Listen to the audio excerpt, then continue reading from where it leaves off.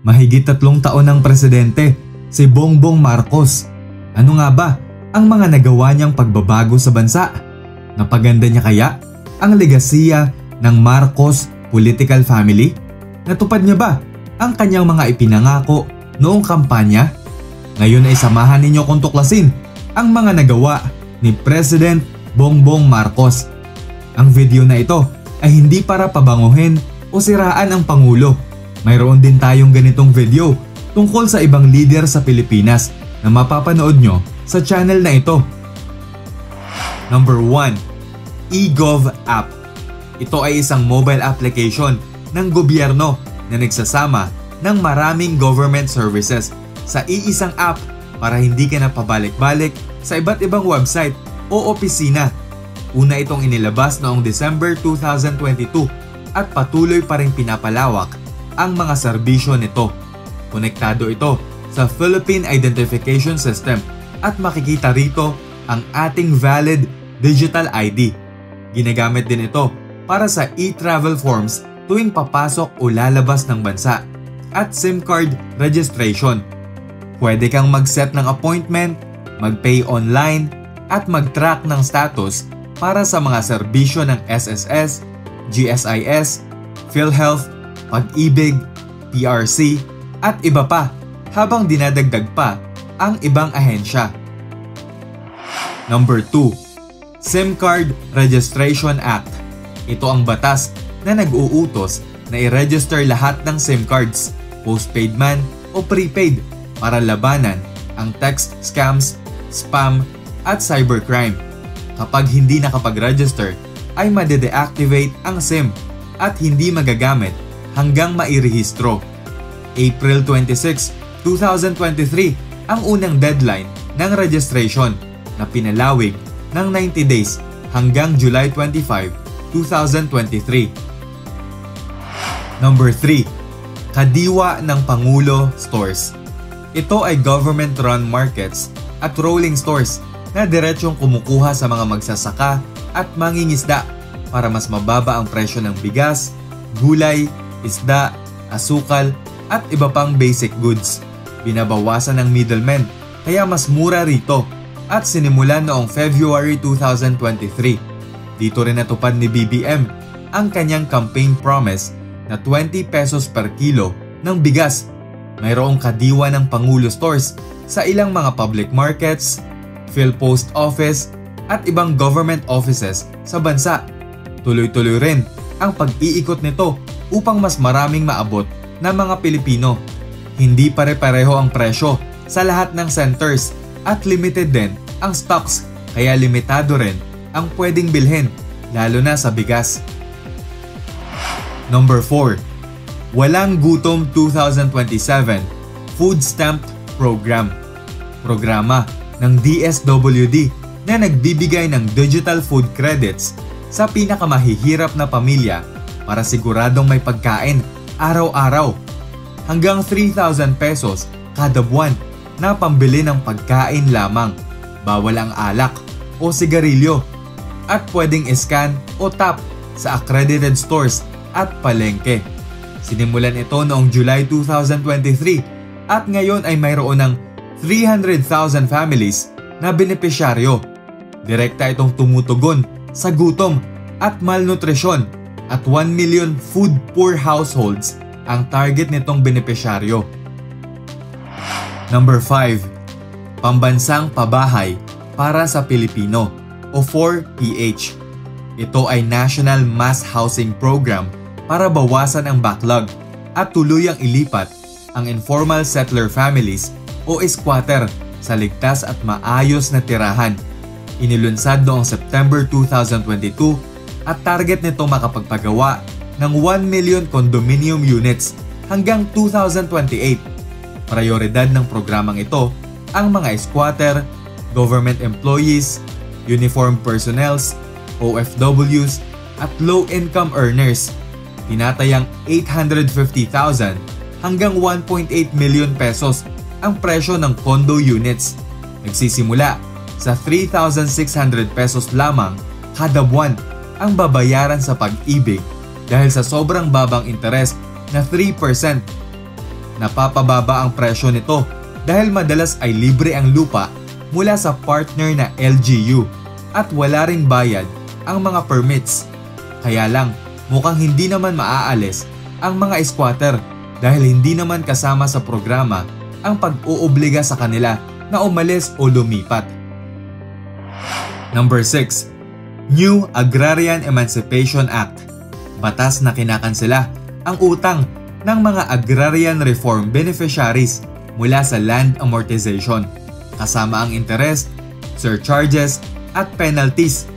Nilagdaan ito noong July 2023, 57.56 billion pesos ang total na halaga ng utang ang nakansela para sa 610,000 farmers na agrarian reform beneficiaries na sakop ang 1.17 million hectares na lupang ipinamigay. Wala nang problema sa utang ang farmers, kaya naman binhi, abono at makina na lang ang kanilang iintindihin. Number 7. Build Better More. Marami nang nakaplanong infrastructure projects na dekada nang nakabinbin, katulad na lamang ng Mindanao Railway at Panay-Guimaras-Negros Island Bridges na hindi natuloy dahil sa pag-atras ng China sa pagpondo sa mga ito. Kasama ito sa priorities ng administrasyon, kaya ang Mindanao Railway ay nire-restructure na maging Public-Private Partnership o PPP, habang ang Panay-Guimaras-Negros Island Bridges naman ay popondohan ng utang sa South Korea at magsisimula na ang construction sa July 2026. Itinulak din ni Marcos na maumpisahan ang 32-kilometer Bataan-Cavite Interlink Bridge ngayong 2025. Malaking parte ng halos $4 billion na pondo nito ay inutang ng administrasyon ni BBM sa Asian Development Bank at Asian Infrastructure Investment Bank. Number 8. Maharlika Wealth Fund. Ang kauna-unahang sovereign wealth fund ng Pilipinas na naisabatas noong July 2023. Binuo rin ang Maharlika Investment Corporation upang mamahala sa pondo at sa sahod ng 30 million pesos kada taon ang CEO na si Rafael D. Consing Jr. Maglalagay dito ang gobyerno ng hanggang 500 billion pesos at 125 billion pesos naman ang initial fund nito mula sa Land Bank of the Philippines, Development Bank of the Philippines at National Government. Palalaguin ang pondo sa pag-i-invest sa equities, bonds, real assets at co-investment sa public-private partnerships. Naging kontrobersyal ito dahil sa unang bersyon ay required ang SSS at GSIS na maglagay ng pera rito, kaya marami ang nagalit na baka mawala ang pensyon ng mga Pilipino. Number 9. Enhanced Defense Cooperation Agreement Expansion. Kung si dating Pangulong Rodrigo Duterte ay lumayo sa US at lumapit sa China, nagbalik loob naman si BBM sa US na matagal nang kakampi ng Pilipinas. Sa orihinal na kasunduan noong 2014 ay binibigyan ng Pilipinas ng access ang US forces sa 5 military bases sa bansa, at sa expansion noong April 2023 ay naging 9 military bases na. Sa kasunduan na ito ay natutulungan ng US ang Pilipinas sa West Philippine Sea Security and Patrols, Humanitarian at Disaster Response at Interoperability and Modernization ng AFP. Tinatayang aabot na sa 43 billion pesos ang ibinigay ng US sa Pilipinas na tulong sa depensa at base upgrades. Mahigit 300 million naman sa humanitarian aid para sa bagyo at baha. Marami naman ang nagsasabi na paghahanda ito ng US sa nalalabing pagsugod ng China sa Taiwan. Number 10. Pogo Crackdown. Mabilis na dumami ang Pogo o Philippine Offshore Gaming Operators sa panahon ni Duterte dahil nagsimulang mamigay ng licenses ang PAGCOR sa mga ito noong 2016. Umabot sa 300 ang bilang ng Pogo at umabot sa 300,000 Chinese workers ang dumating sa Pilipinas. Noong November 2024, ipinag-utos ni BBM ang pagpapasara sa lahat ng pogo sa Pilipinas dahil sa krimen, human trafficking, online scams at money laundering na konektado sa ilang mga operasyon. Nagkaroon ng mga raids sa mga pogo na hindi pa rin nagsara. Inaresto at dineport ang mga sangkot at may mga kinumpiska ring mga pera na galing sa masasamang gawain. Naging kabawasan ito sa kita ng bansa sa tax. Maraming Pilipino ang nawalan ng trabaho at malaking kawalan din sa mga nagpaparenta ng kondo sa mga Chinese. Number 11. NAIA Rehabilitation and Privatization. Mula noong September 2024, ang new NAIA Infra Corporation na ang nagpapatakbo sa Ninoy Aquino International Airport sa pamumuno ng San Miguel Corporation at Incheon International Airport Corporation mula sa South Korea. 15 years ang kasunduan na pwedeng ma-extend ng 10 years at 72 billion pesos investment naman ang ilalabas ng NNIC para sa 5 years modernization plan. 82.16% ng kita sa NAIA ay pupunta sa gobyerno habang 17.84% lang ang mapupunta sa NNIC. 900 billion pesos ang inaasahan na total income na matatanggap ng gobyerno sa loob ng 15 years. Ramdam na ang pag-improve ng NAIA sa Wi-Fi, mga upuan, walkalators at escalators, baggage and security systems, OFW lounge at iba pa.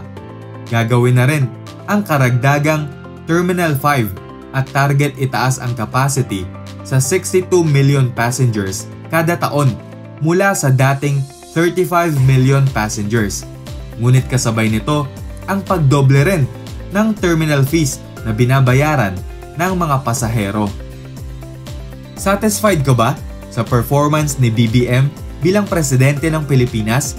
Ano-ano sa tingin mo ang dapat niyang pagtuunan ng pansin? Aabangan namin ang sagot mo sa comment section. At dyan na nagtatapos ang ating kwentong kaalaman sa araw na ito. Huwag mong kalilimutang i-like ang ating Facebook page at mag-subscribe ka na rin sa ating YouTube channel. At laging isaisip na ang magandang bukas ay nag-uumpisa sa pagtuklas.